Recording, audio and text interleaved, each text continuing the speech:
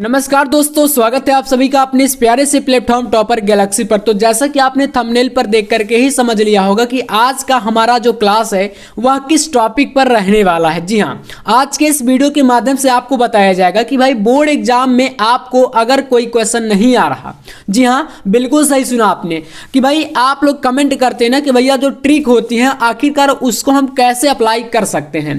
तो हमारे पास यहाँ पर देख सकते हो बोर्ड एग्जाम की कॉपी है, बोर्ड एग्जाम इस प्रकार का एक मॉडल पेपर है और पूरा का पूरा चीजें आज के इस वीडियो में जितने भी डाउट है सब कुछ हम क्लियर करेंगे कि कॉपी में कैसे आपको करना है, किस प्रकार से इस क्वेश्चन पेपर के, मान लीजिए आपके पास से जब इस प्रकार का प्रश्न पत्र आ जाएगा पेपर, और इसमें कुछ ऐसे भी क्वेश्चन होते हैं जैसे कि मान लीजिए हमारे पास ये केमिस्ट्री का पेपर है और भी कोई अदर सब्जेक्ट का पेपर आपके पास आ जाता है, तो कैसे आखिरकार इस पेपर को आप अटेंड करोगे जो क्वेश्चन आपसे नहीं बनेंगे। जैसे कि यहाँ पर कुछ न्यूमेरिकल होते हैं, बाकी के कुछ थ्योरी के पोर्शन के क्वेश्चन है, कुछ ऑब्जेक्टिव है ना, तो अनेक प्रकार के क्वेश्चन आपके आते हैं।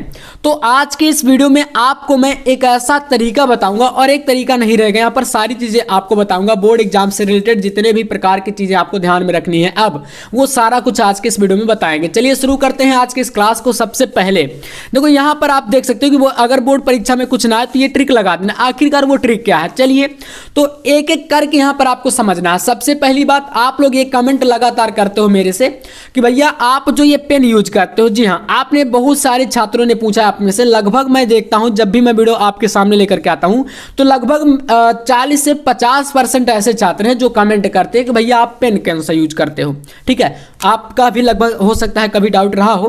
तो देखो सबसे पहली बात मैं आपको बता दूं, बोर्ड एग्जाम में आपको पेन सबसे इंपॉर्टेंट बात होती है, क्योंकि जैसे मान लीजिए हमारे पास ये कॉपी है, ठीक है ये कॉपी है, अब मान लीजिए आप इस कॉपी पर लिखते हैं, ठीक है ना, आप इस तरीके से आंसर को जब देते हो तो वहां पर होता क्या है, एक तरफ लिखे और दूसरी तरफ जो है वो पेज की दूसरी तरफ दिखने लगता है, तो वो एक बड़ी प्रॉब्लम हो जाती है।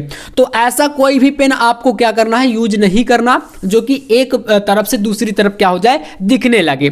तो अब यहां पर मैं बताता हूं कि पेन आपको आखिरकार कौन सा यूज करना है। सबसे पहली बात, दो पेन आपको यूज करना रहता है, एक होता है ब्लू पेन जो कि आंसर लिखने के लिए आप यूज करते हैं, और दूसरा होता है भाई ब्लैक पेन, है ना, जो कि आप क्वेश्चन डालते हो या प्रश्नोत्तर संख्या या उत्तर नंबर जो भी आप डालते हो, मेन हेडिंग जो होती है उनको ब्लैक पेन से यूज करते हैं। तो देखो जैसे कि मान लीजिए मेरे पास ये पेन है, वैसे ये पेन काफी बेटर है, लेकिन मैं क्या बताऊं, जैसे कि होता है मान लीजिए बोर्ड एग्जाम की कॉपी का पेज अगर अच्छा नहीं है तो हो सकता है आर पार दिखने लगे, तो इसलिए मैं सजेस्ट नहीं करता हूं कि आप इस पेन का यूज करो, क्योंकि वैसे आपको अगर चाहिए तो मैं इस वीडियो में टैग कर दूंगा इन पेन को, तो आप वहां से परचेस कर लेना, ठीक है, क्योंकि ये हर जगह मिलता भी नहीं है, तो ऑनलाइन आप मंगा सकते हो, बाकी मार्केट में बहुत ही कम मिलता है, ठीक है ना। तो आप क्या करोगे, इसको मैं टैग कर दूंगा, आप वहां से आकर के मंगा लीजिएगा, ठीक है। तो दो पेन आपको यूज करना है। अब आपका डाउट नहीं रहेगा कि भैया आप कौन सा पेन यूज करते हो, टैग कर दूंगा, देख लीजिएगा। तो आंसर लिखने के लिए ब्लू पेन और क्वेश्चन या नंबर या हेडिंग जो भी डालने के लिए है उसके लिए आपको ब्लैक पेन, दो के अलावा कोई भी पेन आपको यूज नहीं करना। अब देखो यहां पर सबसे पहली बात, मेन जो चीजें होती हैं, मेन पृष्ठ आपको भरना सबसे इंपॉर्टेंट होता है। अगर आप लोग मेन पृष्ठ को अच्छे से नहीं भरोगे तो वो सबसे जो है बड़ी प्रॉब्लम है और आपका पूरा का पूरा नंबर वहीं पर कट जाता है। तो जैसे मेन पृष्ठ को भरने के लिए आप देख सकते हो यहां पर केंद्र व्यवस्थापक की मुहर, केंद्र की मुहर, ये चीजें आपकी काम की नहीं है, ये पहले से लगा हुआ आपको मिलेगा। मेन चीज भरना होता है, परीक्षार्थी उत्तर पुस्तिका में किसी विभाग पर अपना नाम ना लिखे, सिर्फ यहां पर स्पष्ट तरीके से बताया गया है। फिर इसके बाद यहां पर है परीक्षार्थी सभी उत्तर प्रविष्टियां शुद्ध एवं स्पष्ट रूप से स्वयं भरें। जैसे यहाँ पर है परीक्षार्थी का अनुक्रमांक, हम एग्जाम्पल के तौर पर समझाने के लिए मैं आपके यहाँ पर एक जैसे अनुक्रमांक कोई भी डाल दिया, आपके जो एडमिट कार्ड में रहेगा आप उसी को डालिएगा। फिर इसी रोल नंबर को आपको शब्दों में लिखना होता है दूसरे नंबर पर, ये कह रहा ना अनुक्रमांक शब्दों में, जैसे 2 है, लाख करोड़ में नहीं डालना रहता है, 2 1 6 8 3 1 5 ऐसे, तो आपको इसी तरीके से एक एक करके डालना है। विषय आपका यहाँ पर जैसे हमारे पास केमिस्ट्री का पेपर है तो भाई हम क्या करेंगे, केमिस्ट्री यानी कि जो हमारा रसायन विज्ञान है, तो इसको हम लोग यहाँ पर सब्जेक्ट को अपना डाल देंगे, ठीक है। तो हमारा सब्जेक्ट क्या हो जाएगा, रसायन विज्ञान है। उसके बाद यहाँ पर प्रश्न पत्र में पहले होता था आपके 2 पेपर, लेकिन अब क्या होता है, आपका सिर्फ और सिर्फ एक पेपर होता है। तो आप यहाँ पर फर्स्ट ना डाल करके फर्स्ट डाल दीजिएगा, या तो आप लिख दीजिएगा केवल, ठीक है। यहाँ पर आप क्या लिख सकते हो, केवल भी लिख सकते हो, या फर्स्ट डाल दीजिए, क्योंकि एक ही पेपर अब आपका 70 नंबर का हो जाता है। अब यहाँ पर 2 पेपर यानी 35 के पहले होते थे, अब वो वाला चक्कर बिल्कुल खत्म है, एक ही पेपर आ गया है। तो आपको करना क्या है, यहाँ पर आपको डाल देना है केवल, टेबल, फिर इसमें प्रश्न पत्र पर अंकित संकेतांक जैसे कि 300 कितना है 46 जीसी कोण है, तो यहाँ पर इस कोण को इस बॉक्स में भर देना है, इतना भर लोगे। फिर इसके बाद परीक्षा का दिन, जैसे आपका 8 मार्च का केमिस्ट्री का पेपर है तो 8 मार्च यहाँ पर डालोगे डेट, इस तरीके से आपका पाली द्वितीय पाली में पेपर है, परीक्षा का दिन शनिवार है तो आप शनिवार डालोगे, है ना, जो भी दिन पड़ेगा जैसे भी आपका एग्जाम है उस हिसाब से आपको भरना है। फिर यहाँ पर केंद्र का नाम जहां पर आप एग्जाम दे रहे हो, जैसे कि मैंने कोई एग्जाम्पल के तौर पर एक कॉलेज का नाम डाल दिया, Gyan Bharati inter college, Saraswati inter college, है ना, जीआईसी सीआईसी कुछ भी करके आपका जो भी सेंटर जहां पर रहेगा, जहां पर आप एग्जाम दे रहे हैं उस सेंटर का नाम यहां पर डाल देना है आपको, ठीक है।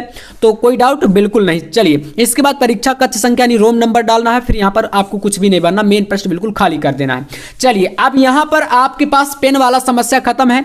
फिर इसके बाद एक डाउट आपका आता है, शुरू में आपको करना क्या है। देखो शुरू में स्पष्ट तौर पर आप कोई सा भी पेपर लोगे तो आपसे हमेशा पेपर में एक चीज बताई जाती है, टाइम होता है 3 घंटे 15 मिनट का, ठीक है, जिसमें कह रहा है कि नोट प्रारंभ के 15 मिनट परीक्षार्थियों को प्रश्न पत्र पढ़ने के लिए निर्धारित है। लेकिन आप लोग क्या करते हो, आपको लगता है कि जितना हम 15 मिनट में पेपर पढ़ें उतने में हम लोग कोई क्वेश्चन कर डालेंगे तो भाई आगे हमारा टाइम बच जाएगा, जो कि आप बहुत बड़ी गलती कर रहे हो। क्यों कह रहा हूं मैं भाई, क्योंकि पर्सनल एक्सपीरियंस बता रहा हूं प्यारे बच्चों, आपको पता नहीं होगा जैसे कि 15 मिनट जो होता है इसमें मैं ये नहीं कहूंगा कि पूरा 15 के 15 ही आप पेपर पढ़ो, लेकिन सिर्फ और सिर्फ आपको कम से कम 7 से 10 मिनट के बीच में पूरा पेपर अच्छे तरीके से पढ़ना है। और इस प्रकार से अगर 10 मिनट भी पूरा का पूरा पेपर इस तरीके से पूरा पढ़ ले, तो मान लीजिए हमारे पास ये पेपर है, पहले इसके ऑब्जेक्टिव को पूरा नजर डालोगे तो पता चलेगा कि कितने ऑब्जेक्टिव हमसे बनते हैं। फिर इसके बाद आप लोग इधर थ्योरी वाले क्वेश्चन को नंबर वाइज आप देखोगे एक एक करके क्वेश्चन को, फिर हमसे ये पता हमें चल जाता है जब 10 मिनट पूरा पेपर अच्छे से पढ़ लेते हैं कि भैया इस पूरे पेपर में आखिरकार कौन सा ऐसा क्वेश्चन है जो कि हमें नहीं आ रहा और कौन सा ऐसा क्वेश्चन है जो कि हमें बिल्कुल 100% सही आ रहा है।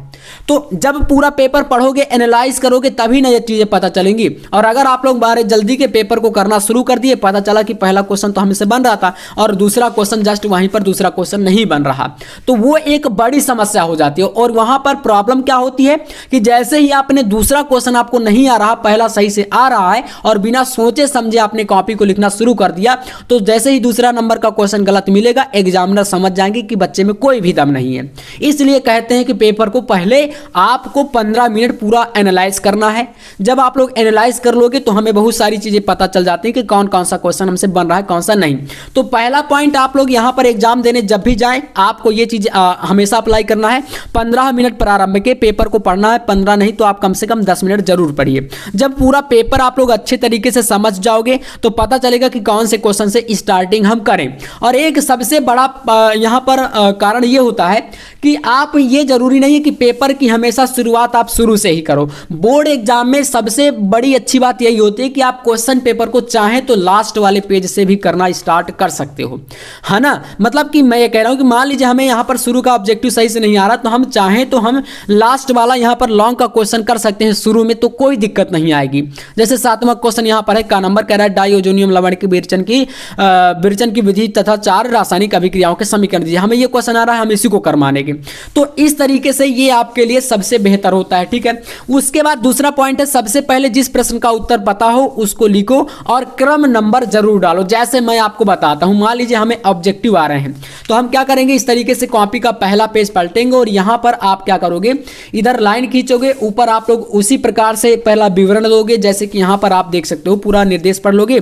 1 नंबर में आपका ऑब्जेक्टिव आ रहा है, इस प्रश्न के प्रत्येक खंड में 4 विकल्प दिए गए हैं, सही विकल्प चुनकर उसे अपनी उत्तर पुस्तिका में लिखिए। जैसे पहला प्रश्न, विलयन का अनुसंग गुणधर्म नहीं है। हमें पता है यहां पर आपके 4 विकल्प दिए गए जिसमें राइट आंसर आपका यहां पर मान लीजिए तीसरा वाला है, यानी पृष्ठ तनाव। तो हम क्या करेंगे, इसको राइट कर देंगे, है ना। ये हमें पहले शुरुआत में पता है। तो आपको अगर कॉन्फिडेंस आए, मेरी बात को सुनिएगा, मान लीजिए आपके 6 ऑब्जेक्टिव हैं, 6 में से अगर आप पूरा पेपर जब पढ़ोगे तो पता चल रहा है कि भैया मुझे 4 प्लस क्वेश्चन सही आ रहे हैं, 4 या 5 क्वेश्चन, है ना, 5 क्वेश्चन प्लस लगभग सही आ रहे हैं। अगर एक क्वेश्चन में मिस्टेक है कि मतलब एक क्वेश्चन गलत भी हो जाएगा तब भी कोई दिक्कत नहीं है, 5 क्वेश्चन अगर सही सही जा रहे हैं तब आप लोग शुरू में ऑब्जेक्टिव पूरा करके आओगे। जैसे दूसरा क्वेश्चन आप पढ़ सकते हो, यहाँ पर आपका राइट आंसर सेकंड वाला विकल्प है ये वाला, है ना। इसी तरीके से तीसरा क्वेश्चन आपका ये वाला सही है तो यहाँ पर इसको सेकंड इनवर्स कर दिए। इसके बाद अगला क्वेश्चन यहाँ पर आपका ये जैसे चौथा सही तो इसको कर दिए।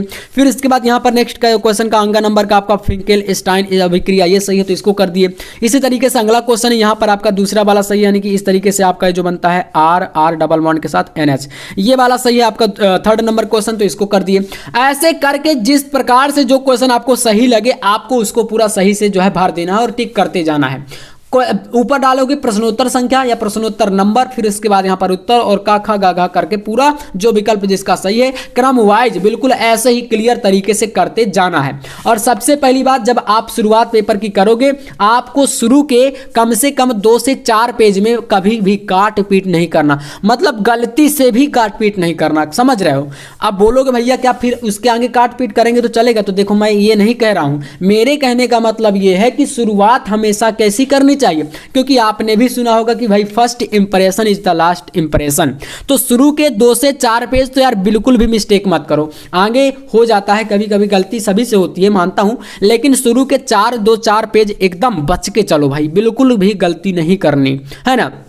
और होता क्या है, शुरू में आप जाते हो और शुरू में ही आपकी राइटिंग अच्छी नहीं रहती, मान लीजिए ठंडी पड़ रही है या कुछ ऐसा है, तो भाई वहाँ पर हाथ ही काम नहीं करते हैं, तो एक बड़ी समस्या आ जाती। तो इसलिए थोड़ा सा आप अच्छे तरीके से जाओ, अच्छे कपड़े पहन के जाओ, थोड़ा सा मतलब अपने आप को अच्छा बना के, ताकि थोड़ा सा आप ठंड वगैरह से बच सको, ताकि वहाँ पर वो राइटिंग वाली समस्या ना आए, है ना। तो इसलिए अच्छी हैंड राइटिंग क्योंकि शुरू का 4 पेज 5 पेज में ही हमेशा राइटिंग अच्छी नहीं रहती है, अगर आपको ठंड लग गई तो वहीं पर आपके हाथ काम नहीं करेंगे।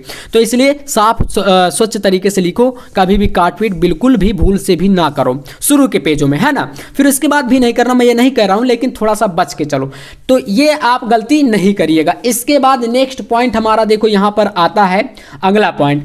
अगला पॉइंट आपके पास है कि भाई अगर आपको यहां पर जो जो चीजें मैं बता रहा हूं उनको सभी को ध्यान से अगर आप दे लेते हो, सबसे पहले आपको यहां पर अगला पॉइंट समझिए, सबसे पहले आपको जिस प्रश्न का उत्तर पता हो उसको ही लिखो। अब ये चीज कैसे पता चलेगी, जब आप लोग पूरा पेपर को अच्छे से पढ़ोगे तभी ना पता चलेगा कि भैया हमें कौन से क्वेश्चन का आंसर आ रहा है कौन सा नहीं आ रहा है।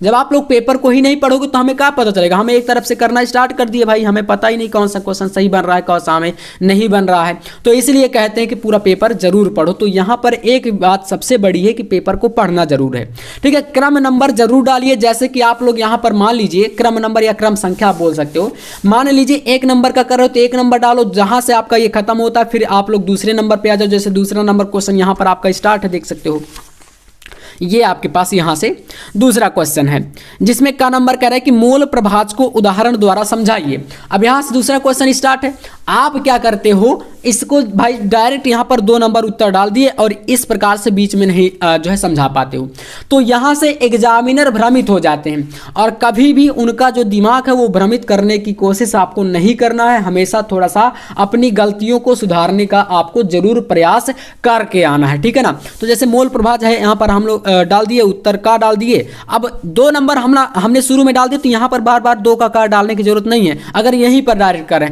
अगर नेक्स्ट पेज में जा रहे हैं तो फिर वहां पर 2 का 2 का खा ऐसे करके डाल सकते हो।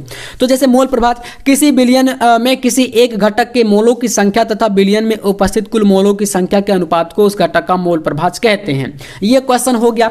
आइए इसके बाद देखिए यहां से जैसे न्यूमेरिकल है ना, तो अगर आपको न्यूमेरिकल बिल्कुल सही से बन रहा है तब आप लोग करोगे, क्योंकि ये देख सकते हो एक ही पेज हमने अभी जस्ट लिखा है, इसके बाद जस्ट हमारा यहाँ से स्टार्ट क्या हो जाता है, दूसरा पेज स्टार्ट हो जाता है। जस्ट क्या देख सकते हो, प्रश्नोत्तर संख्या, और दूसरा पेज है इसलिए हमने यहाँ पर ऊपर ही डाल दिया प्रश्नोत्तर संख्या क्या 2, उत्तर 2 का खा, और इसके बाद देखो ये न्यूमेरिकल है।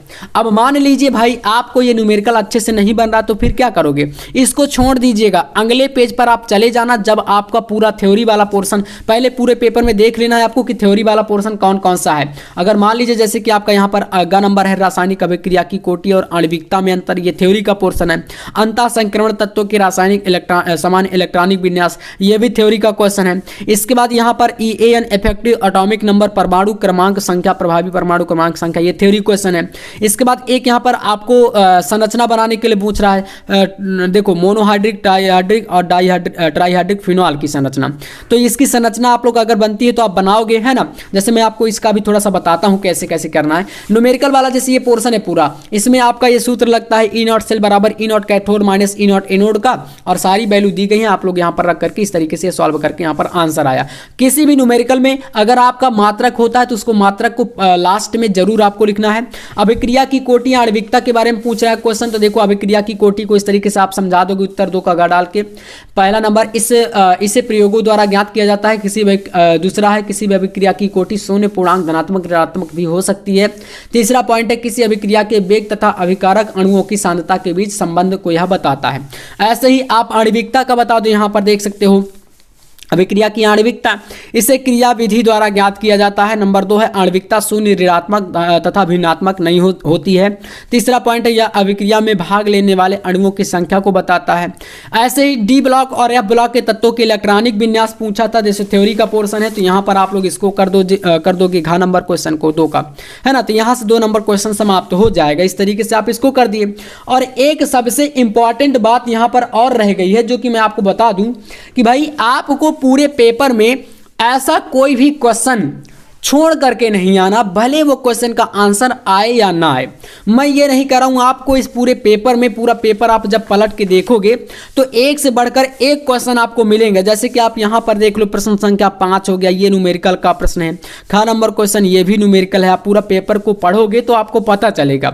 तो इसलिए जब साइंस वाले आप विषयों के पेपर देने जाओ, चाहे वो आपका फिजिक्स का हो, चाहे केमिस्ट्री का हो, चाहे आप मैथ वाले हो, या आप क्लास 10th में हो, 12th में हो, किसी भी क्लास में हो, हमेशा आप न्यूमेरिकल को पहले देखा करो। यानी जो गणित वाले सवाल हैं, गणित के टाइप से सॉल्व होते हैं, उनको पहले नजर में आपको रख लेना है कि इस प्रश्न को हमें सबसे बाद में करना है। न्यूमेरिकल हमेशा बाद में किया करो आप लोग, क्योंकि होता क्या है न्यूमेरिकल में ज्यादातर गलतियां होती हैं, और उन गलतियों को अगर आप लास्ट में रखोगे तो ज्यादा बेटर रहेगा। अगर शुरू में ही गलतियां कर दोगे तो फिर वो आपका पूरा का पूरा काम क्या हो जाता है, बेकार हो जाता है। तो इसलिए सारे क्वेश्चन को पहले इस तरीके से पूरा पेपर आपको अच्छे तरीके से क्या करना है भाई, एनालाइज कर लेना है, देख लेना है। जब आप पूरा पेपर अच्छे तरीके से देख लोगे, सारा कुछ आपको पता चल जाएगा, तो आपको एक अभी प्रश्न ना छोड़ करके आने का प्रयास ये रहेगा। जैसे आपका मान लीजिए जो नहीं आएगा उसको बाद में थोड़ा बहुत प्रयास करोगे, तो आपको यही करना है कि भाई एक भी प्रश्न को जो है छोड़ करके बोर्ड एग्जाम में नहीं आना। सभी प्रश्नों के आंसर जो है लिखने का प्रयास आपको करना है, और गलत शब्दों का प्रयोग कभी भी ना करने, ठीक है ना। जैसे काफी सारे बच्चे होते क्या है भाई, धार्मिक बन जाते हैं, वहां पर लिखेंगे क्या, कसम लिख के चले आएंगे, या कोई ऐसा होता है कि पैसे लगा के चले आएगा। तो देखो, मानता हूं कि आज के टाइम पर भाई पैसे बहुत बड़ी चीज होती है। आप लोग क्या करते हो, पैसे लगा के चले आओगे, सोचोगे भैया पैसे लगाएंगे तो क्या हम पास हो जाएंगे। तो मानता हूं आप लोग, देखो हो सकता है 90% चांस है, मैं गलत नहीं बोल रहा हूं, 90% का चांस है कि आप पास हो जाओगे। मान लो आप पैसे कभी धोखाधड़ी में लगा दिए, वैसे तो ऐसा कोई चांस नहीं है, बिल्कुल आपको लगाना भी नहीं है, लेकिन हो सकता है अगर लगा भी दोगे तो भाई पास हो जाओगे, सिर्फ नंबर आपके टॉपर नहीं बन जाओगे, अच्छे नंबर नहीं आ जाएंगे। तो इसलिए कभी भी ऐसे गलत शब्द जो भी कसम वगैरह है, कोई गाने लिख करके चलाता है, कोई कुछ करता है, तो ऐसी गलती आपको नहीं करना, इन गलतियों से बचना है। और पूरा पेपर क्रम वाइज आपको अच्छे तरीके से करना है। सारी चीजें मैंने बता दी। और जैसे कि आपका फिजिक्स का पेपर है, अगर केमिस्ट्री का पेपर है या मैथ का पेपर है, ठीक है ना, इन विषयों में आपको, मैथ वाले तो भाई आप सभी जानते हैं इसमें तो करना ही पड़ेगा, इन 2 विषयों में आपको न्यूमेरिकल का पोर्शन हमेशा क्या करना है, बाद में करना है, ठीक है ना। जो भी आपका आंकी प्रश्न वाला पोर्शन रहता है, इसको क्या करोगे, लास्ट में लेकर के आना है। पहले थ्योरी को देखना है, थ्योरी को आपको पहले शुरू में करना है, और बाद में आपको क्या करना है, लास्ट में न्यूमेरिकल करना है। न्यूमेरिकल के लिए आपको फार्मूला शीट जो है आपको तैयार करना पड़ेगा। फार्मूला आपको ऑलरेडी मैं काफी सारी इसी चैनल पर प्रोवाइड कराता रहता हूं। हर एक प्रकार के टॉपिक मैं आपके सामने लाता हूं, तो टेंशन लेने की कोई जरूरत नहीं है। सारा का सारा यहां पर देखो, कॉपी कैसे लिखना है, ये पूरी कॉपी लिख करके मैंने एक बार बताया भी था, है ना। सारी चीजें, रिएक्शन वाले क्वेश्चन को कैसे करना है, सब कुछ आपको एक एक करके, मैं केमिस्ट्री का हो, चाहे फिजिक्स का हो, चाहे आपका जो भी सब्जेक्ट हो, सारा कुछ मैं आपके सामने लाता रहता हूं। हमेशा आपके सामने हर एक प्रकार के क्वेश्चन, देखो इस तरीके से पूरी कॉपी मैंने ये कॉपी जो है सॉल्व कराई थी आपको, ठीक है ना। और भी वीडियो आपको आएंगी लगातार, तो प्रयास मैं करता रहता हूं। बाकी आपको इस प्रकार के मॉडल पेपर का सॉल्यूशन जो है मैं रेगुलर इसी चैनल पर प्रोवाइड कराता हूं, तो आप लोग चैनल से बस जुड़े रहिएगा, सारा कुछ आपको यहां पर मिलेगा। इसका स्क्रीनशॉट आप कर लीजिएगा, इसके क्वेश्चन इस तरीके से हैं, और ये सारे पेपर जो है प्रीवियस ईयर के हैं, ठीक है।